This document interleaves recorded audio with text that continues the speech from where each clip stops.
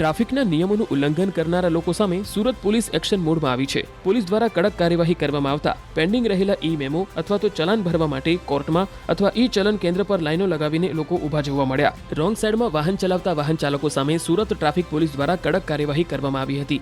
આ ઉપરાંત વધુ વખત નિયમ ભંગ કરનાર વાહન ચાલકોના લાયસન્સ પણ રદ કરવા સુધીની કાર્યવાહી સુરત પોલીસ કરી રહી છે। ત્યારે લાયસન્સ રદ થવાના ભયથી હવે પેન્ડિંગ રહેલા મેમો કે ઈ ચલન ભરવા માટે લોકો લાઈનો લગાવીને ઊભા રહેલા જોવા મળે છે। ઉલ્લેખનીય છે કે સુરતી લાલાઓ ટ્રાફિક સિગ્નલનું પાલન કરે તે માટે શહેર ટ્રાફિક પોલીસ દ્વારા લોકોમાં જાગૃતતા ફેલાવવામાં આવી રહી છે।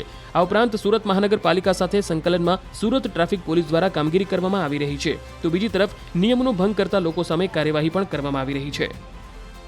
સુરત શહેર ટ્રાફિક પોલીસ નિયંત્રણ રાખવા માટે પહેલાં ડ્રાઈવો ચલાવવામાં આવી હતી। હવે જે રોંગ સાઈડ આવતા લોકોને નિયમના જે ભંગ કરે છે એકથી વધુ વખત એઓને ઈ ચલણ આપવામાં આવે છે અને એ મેમો આપવામાં આવે છે અને મેમો લઈને ઈ ચલણ ઓફિસની અંદર લોકો ભરવા આવતા હોય છે। આ લાઇનની અંદર જોઈ શકો છો કે લોકોએ જે નિયમના ભંગ કર્યા હોય એમને જે મેમો આપ્યો છે મેમો ભરવા માટે અહીં સીપી કચેરી ખાતે આવ્યા છે। જી, નામ તમારું, કયા પ્રકારનો મેમો મળ્યો છે? શું કમલેશભાઈ નામ? કયા પ્રકારનો મેમો આપવામાં આવ્યો છે? સીટ બેલ્ટનો કેટલા રૂપિયાનો મેમો છે? 500 રૂપિયાનો।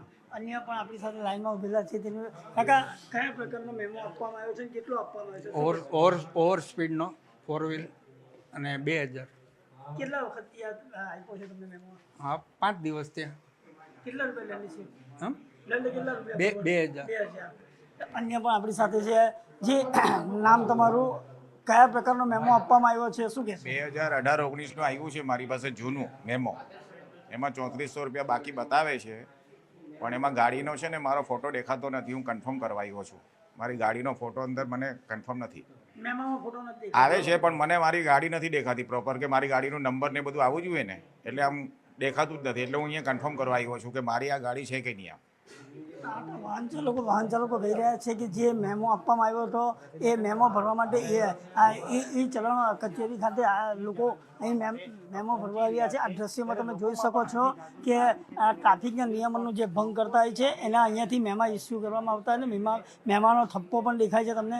ને અહીંયા એક તંત્ર દ્વારા જે સીપી કચેરી ખાતેથી આ ટ્રાફિક નિયમોનો જે ભંગ કરનારો છે એ લોકોને અહીંયા મેમો અહીંથી આપવામાં આવે છે અને લોકો અહીં ઈ ચલણનો મેમો પણ ભરવા આવે છે। ખાસ કરીને આ જ્યારે એકથી વધુ વખત ગુનાઓ કરતા હોય છે ત્યારે જેમ રાજ્યના ગૃહમંત્રીએ પણ કહ્યું છે ને આરટીઓની અંદર પણ કે અલગ એકથી વધુ વખત કે 5થી વધુ વખત જો ગુનાઓ કરવામાં આવે તો એઓના લાયસન્સ પણ રદ કરવાની હાલ જે વહીવટીતંત્ર આરટીઓ તરફથી ચીમકી ઉચ્ચારવામાં આવી રહી છે। કેમેરામેન ભરત બ્રહ્મભટ્ટ સાથે કેતન પટેલ, ન્યૂઝ 18 ગુજરાતી, સુરત।